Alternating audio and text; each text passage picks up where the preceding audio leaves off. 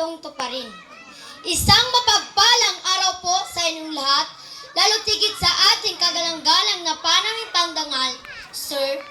Ganon din sa ating kapuri-puring mga ulong guro, Ginang Maria Sally D. Viluan, Ma'am, Ginoong Jenny E. Magaro, Sir, Ginoong Giovanni C. Caballero, Sir, mga magsisigasig na guro sa paralang ito, mga natatanging panauhin, mga opisyalis ng barangay, opisyalis ng PTA, mga mapagmahal na mga magulang, mga kapwa kong nagsipagtapos, mga kaibigan at kakilala. Assalamualaikum warahmatullahi wabarakatuh. Mayad nga adlaw sa inyong tanan. Ako po ay lubos na nasisiyahan at punong-puno ng kaligayahan sa sandaling ito. Sapagkat naririto tayong lahat na nagtitipon-tipon upang saksihan ang mahalagang pangyayari sa ating buhay. Ito ang araw na ating pinakahihintay. Ang katuparan na masidim pangarap na matapos ang kuspusang pagsisikap sa ating mahabang paglalakbay tungo sa ating pinapangarap. Mga hirap na ating nararanasan upang maitawid ang 7 taon sa piling ng mga kaibigan, mga kapwa ko kamag-aral at ng ating mga huwarang guro. Musmus pa lamang ako nung nagsimulan na akong mangarap na sana'y pagsapit ko ng tamang edad ay makapag-aral na ako kahit malayo ang aming bahay sa paaralan. Pagsapit ko ng 4 na taon, nagsimula na akong mag-aral sa kindergarten kasama ng aking mga kapatid. Hindi ko maikukubli ang saya na aking naramdaman sa unang araw at pasok sa paaralan.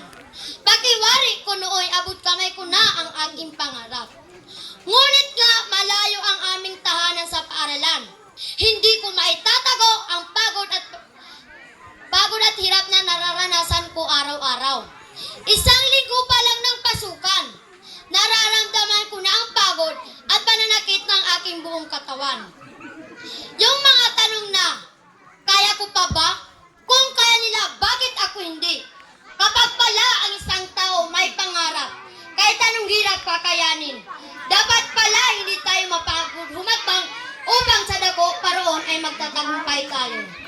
Dahil dito, unti-unti ko nang naiintindihan ang kahalagahan ng pag-aaral.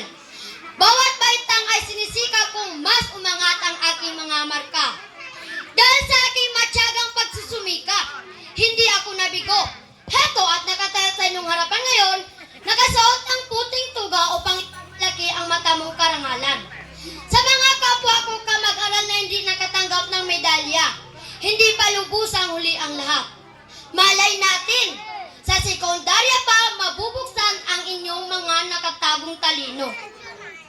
Sa aming napakahusay at katangi-tanging ulong guro, Ginang Maria Sally D. Viluan, nais ko po rin magpasalamat sa magagandang pagbabago na naganap sa aming paaralan dahil sa inyong mahusay na pamamahala. Mabuhay po kayo, ma'am. Sa aming mga magulang na laging gumagabay at sumusuporta sa amin, ipinagkakapuri ko po ang maluwalhating pagsasalamat at taos-pusong pagpupugay dahil sa walang kapantayan na pag-aaruga sa amin. Palakpakan po natin silang lahat.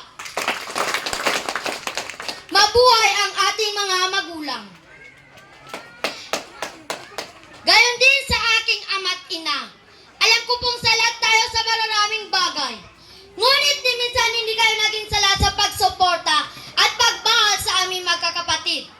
Nais kong malaman ng lahat ng aking pong mga magulang ay isang ordinaryong magsasaka lamang. Kung kaya't hindi ko maikukubli ang hirap at sitwasyon namin sa tahanan mo o sa pinansyal na aspeto. Alay ko po sa inyo ang karangalang ito.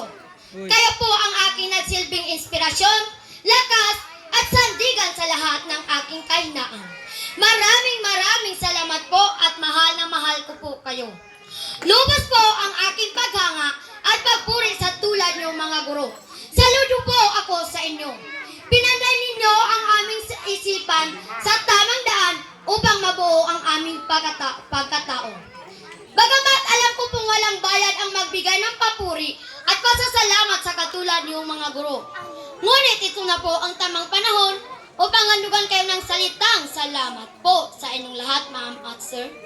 Maaari ko bang hilingin sa ating mga guro na tumayo at handugan natin sila ng 10 malakas na palakpak?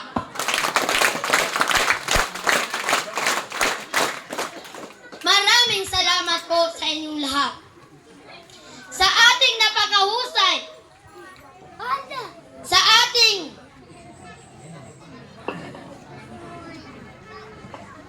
sa ating butihing tagapayo, Ginang Crisel o Hermosilla, isang maalam na pagpapasalamat ang nais naming ihandog sa iyong kadakilaan na ibinahagi ninyo sa amin. Sa ating mga kapwa kamag-aral, naway nagsilbing inspirasyon tayo sa mga sumusunod pa sa atin. Lagi nating isa puso ang magagandang pangaral na ipinamulat sa atin ng ating mga magulang at ng ating mga guro. Sa pagtatapos ng aking talumpati, naway isa puso natin ang magagandang pangaral na ipinamulat sa atin ng ating mga magulang at ng ating mga guro tungo sa ikaunlad ng ating buhay. Batid ko'y payapa at masaganang kinabukasan po sa ating lahat. Sa muli, Assalamualaikum warahmatullahi wabarakatuh.